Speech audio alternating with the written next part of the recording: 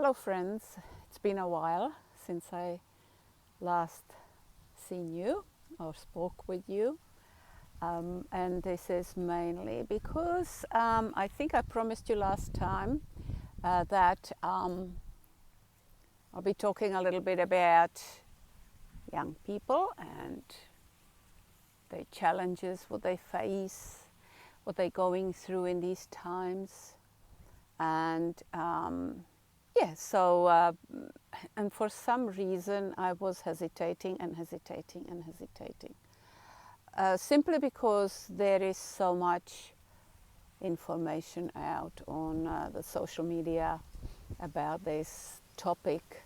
There is a lot of information out there, a lot of discussion about, during these difficult times, during these times of the what do you call it, pandemic. That's the past issue, or it's still going on in some countries. And the war in Ukraine and between Ukraine and Russia and so on, which is particularly close to my old country because they are almost neighbors. So, there's a lot of fear there, and a lot of, I think the predominant emotion is fear, anger, hatred, and so on. So obviously that has impact on young people and on children, because parents bring their fears home, they discuss them. Sometimes there can be arguments between different family members because they represent or have different opinions about things, and discussions can become heated, and that sort of transfers onto the children. Children are not just, if you see a child that's sitting on the computer and playing games, and here's the parents arguing in the next room, or other family members and so on, it doesn't mean that even if they put their headphones in and listen to some music, that they don't feel the energy in that household, and that it doesn't impact on them. So there is, as I said, there is a lot of information on YouTube, and a lot of discussions about, the impact of the last 2 years on our children and young people. I, in my work with teenagers and adolescents, that's like 20 years of work. Oh, sorry, I'll just sit it. It doesn't move too much. So I've sort of seen and witnessed throughout those 20 years. So let's say I was, 20 or 22 years in this area. That was my career choice, I guess. And that was either counseling and therapy with children, or and adults for that matter, or it was also child protection. So in all that, I have seen a lot of children being impacted by their dysfunctional families, and that wasn't necessarily, we're not looking for faults, we're not looking for somebody to blame. Not at all, because a lot of I think the issues here in Australia are due to intergenerational abuse. So what could some parents, today's parents, learn from their parents when they themselves have been subject to domestic violence, when they themselves have witnessed violence between their parents, when they themselves witnessed their parents being on drugs, when, what skills could they have learned and so on. So it's a vicious cycle sometimes that happens, and obviously then what base do they have that they can pass on to their children, and what security do they have within themselves, security, strength, and so on, that they can pass to their children. Some more, some less. So that was just my my little spiel about the experience that we had here with children, and that's regardless of the past 2 years or not. So the children that we worked with, they you know, they have been in some quite extreme circumstances anyway. I must say that I love teenagers. So teenagers, adolescents, they were always my passion to work with, and to, I don't want to call it help, but to maybe with our horses be able to provide an environment for them and their parents to be able to explore their likes, their dislikes, their communication, their miscommunication, the clarity of their communication or lack thereof, because that gets reflected immediately by the horses. And because horses reflect these things back to the parents and to the children, it is in a non-judgmental way. So they don't feel threatened. If I or a therapist or somebody pointed that out, we would be obviously viewed as critical or as trying to be smart asses or trying to to give our opinion and so on, in words, in expressions that may not be what the parents or the children need to hear. In their situation, in their circumstances, in their momentary psychological mood they are in, or not mood, but situation they are in, and so on. So sometimes words, even the best meant words, can be highly difficult for other humans to absorb, while the reflection, the pure, authentic reflection of things that could be worked on by the horses is offered in an authentic, non-critical way that is so much better or easier for the humans to accept and to work on. And at the same time, when things go right and when things work out and communication becomes clear and changes are made, then the horses reflect that back too, and that's like it's an immediate kind of positive feedback for the people. So that was just a little thing.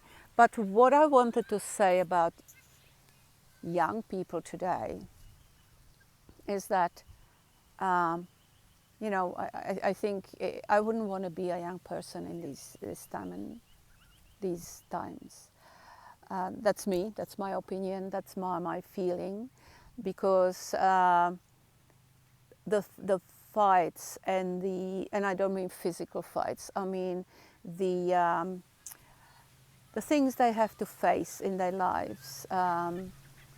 For they to find a position in life, which that's what our society wants them to do.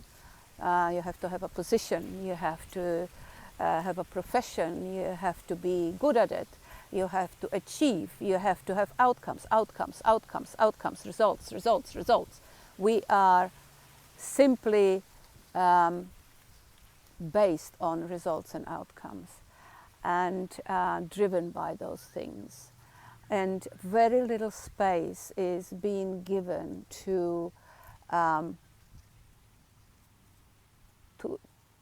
allow children and young people to be still, to reflect, to find who or to understand what actually their passions are, their talents are, what they like doing, because all these sort of things are then in conjunction with who they are. So young people generally, you know, if they want to fit into the society, if they want to be successful in today's society, if they want to bring it somewhere, want to achieve something, want to be, you know, all this, quite often they act against themselves. So they have to act against who they are, what they stand for deep down. And the more they act against themselves and against who they are and what they believe in, deep inside themselves, the more quicker they lose that. So they will lose themselves beneath all the masks that they are made to wear. So as a society, you know, we all went through it. My generation, generations before me, probably not as much as in these times. And this is amplified now by not only fear of failure or fear of disappointing somebody, or fear of not being the best, because we are brought up in a very competitive way as well. You know, so that's not only that fear. Now it's existential fear. Fear of, oh my gosh, if I get the illness, I might die.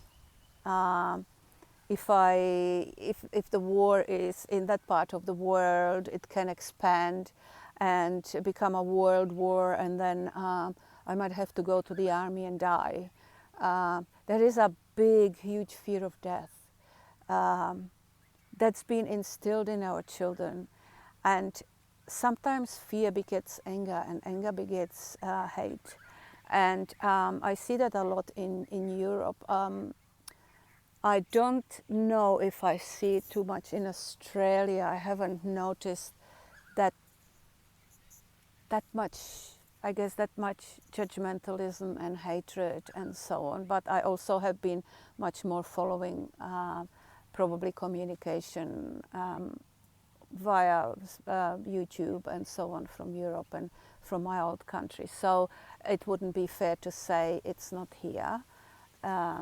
But from what I've heard in the Czech Republic, you know, children, for example, who are not wearing the muzzles at school, or who are not didn't have their immunizations against this particular illness, are ostracized. They are laughed at, and so on. And then the other group who aren't, they become, it's very polarized. They become then again scathing of those who are, and so on and so forth. So all this creates is communication breakdown, mutual loathing, mutual hatred, mutual disrespect, withdrawal, isolation. And that's maybe quite often self-imposed isolation, and alienation from each other. That happens within the family, that happens within communities, that happens between children and parents, between parents themselves, between parents and grandparents.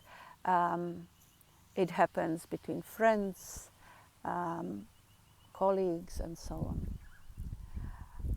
on.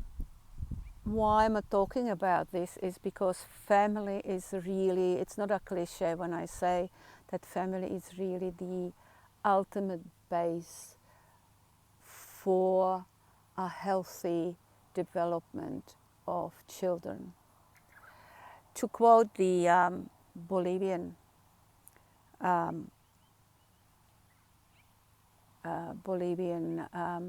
representative of the First Nations there, he said several things that are important for the children of the jungle, and they are being taught. They are being taught. We're talking now about children who are still free, who are not smothered since birth, and by the parents, by protectiveness, by kindergartens, schools, and so on, and its manipulation. These kids are still, free, authentic kids that are being brought up in a very natural environment. And the first thing they are being taught by the grandparents are, don't be afraid when you go in the jungle. Lose yourself in the jungle or in the rainforest, but don't be scared. Because whatever you are scared of will manifest itself wherever you look and wherever you go. If you are scared of a snake and you give a lot of attention to that fear, now we're not talking about snakes, we're talking about fear. So if you give a lot of attention to that fear and you will be focusing on that fear, you will see the snake everywhere you go. You will go that way, there'll be a snake. You'll climb on the tree, there'll be a snake. You will change direction and go back, sure as hell there'll be a snake. And it usually happens that way. And that goes for, that's pretty much a metaphor for everything. Whatever we focus on and whatever we fear and whatever we dread will, sure as hell, materialize itself, whichever direction we take, whichever way we go, and we teach that our children. So walk without fear. Have courage, have heart, take heart. That doesn't mean walk in the lion's den and be oblivious to it. That means, yes, there are dangers out there. Yes, be aware of them. There are risks in life. Life is full of risks. But don't just focus on those risks. Don't focus on that fear of those risks. Don't focus only on bad outcomes. Don't anticipate only bad outcomes. And that's what we all have probably learned to do throughout our lives.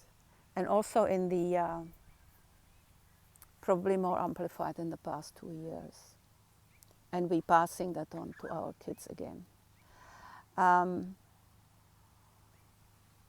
The other thing that the South American First Nation representative was saying was that children are taught before they actually, are taught sort of higher spiritual teachings and so on.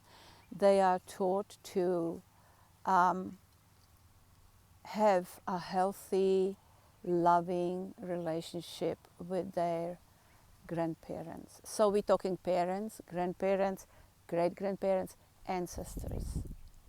And then obviously their culture and their tribe and their land and so on. But they compared it to a tree and to the roots of the tree, and a healthy tree, for a healthy tree to develop and to grow, it has to have healthy and good and nourishing roots. And those roots are all those things that I just named. And that tree needs to be connected to those roots. And obviously those roots need to nourish that tree. That is the wisdom, that is, sometimes traditions, that is all the teachings that are not disregarded as some mindless blubbering of some demented old person, which today's society in the West, how much respect do we have for old people? How much respect do we just chuck them away in the nursing homes, maybe? And I'm not talking generally, I'm just talking about, probably in majority of cases. And we want them out of our sight because, well, they may be uncomfortable to look after or to watch or to listen to because, well, what they say is from an era that's long gone and it's irrelevant to today. And that's probably one of the biggest mistakes we make. But I went off track now. So anyway, that's what they're saying. They're saying you need to have a good, healthy relationship with your grandparents, parents, family members, brothers, sisters, to maintain communication. And it's not always all roses. You know, there is miscommunication happening. There are disagreements happening. There are things that one can sort of hold against each other. There are hurts that happen. But they have us say, before the hummingbird's beak touches the water, which is about 4 o'clock in the morning, you have to resolve your issues with your family. So what they do, they get up early in the morning, and if they had some past issues from overnight or from whatever, they sit as a family, they discuss it, and they try to work it out without arguing, but literally work out those things that can happen or issues that happen between the parents and the children, and start the new day with, you know, new resolutions. And I just hope that this is not blowing. New resolutions and new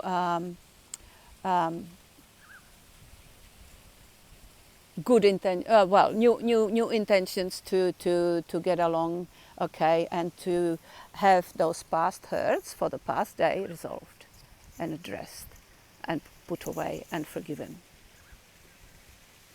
So that's the other thing that he was saying. And another thing he was saying about development was the thing that to learn from animals, to learn, and they have actually animal representatives for each developmental stage. So like, let's say when David Hawkins in his book speaks about the different levels of consciousness that we walk through and work through, and through our journey, life's journey, a similar thing have these South American, Native American people. So they're saying the lowest developmental level is the crocodile.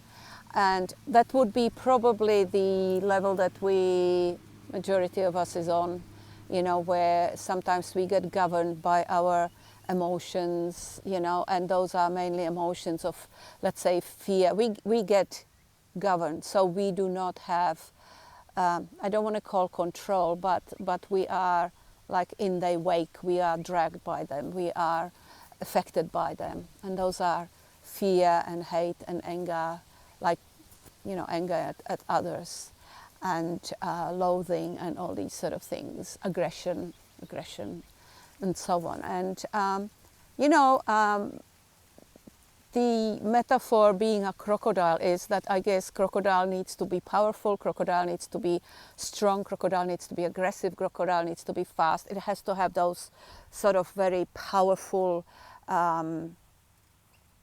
attributes to survive and to live and so on. And it's very sort of very raw, very, very crude in its appearance. It's beautiful to me, but, you know, it's in that, you know, the next level where we start to have some awareness, let's say, of those emotions and how they affect us, and what we can do to mellow them a little bit, to get them into, you know, more so they can be useful to us rather than harmful to us and to others, and so on. So to start working with them, that could be, let's say, the jaguar, you know. The next one is, you know, that it goes through all the animals and probably insects through the jungle that they are familiar with. I'm just putting my hand so the wind doesn't blow. on it. And the highest level of consciousness and of development among the First Nations of Bolivia and that particular tribe is the butterfly, and the even higher level is the flower. So I will, without getting into much explanation, if you look at crocodile and you look at a butterfly and a flower, why would that be? I'll leave that interpretation up to you. But just think of the touch of a butterfly wing, you know? Think of the touch of a petal of a flower. Think of its subtle fragrance. Think of these things. Think of the short life of a butterfly and short life of a flower. Yet they still flower, and yet they still fly around and distribute nectar between the flowers. They still do all these things, and why? Because they have courage. They have courage to do that. Nature made them do that. And as a metaphor for our development, it is to then gain that courage to face whatever demons in life we have, accept them with love, let them walk through us, and release them with love. And we'll be cleansed. So, you know, that is something that we, you know, hopefully some of us, or maybe not me, but some of us may achieve by the end of our lives. But why I'm bringing young people into it is because, you know, they are on that journey as well. And we as older ones, we as the ones who thrive on and strive for, hopefully, wisdom, we could be a little bit of a guide. We could be a little bit of a source of information for them. We could be a listening ear where they, you know, because young people, they will make decisions, and they will make decisions based on the level of their development, emotional, social, psychological, physical, you know, where they are at that time of that decision. And sometimes that decision will be bringing them benefits, and sometimes they will just hit a brick wall, and and then it's like, what the hell do I do now? And for those moments, for those times, what's really important is the family, are the friends, are those people who will be there, you know, even if it's just one person, a mother, a father, a grandmother, a close friend, where they can go and know that they can trust them, and know that they can talk to them and pour their heart out, and where they will find understanding, love, and a listening ear. Because that's quite often all they need.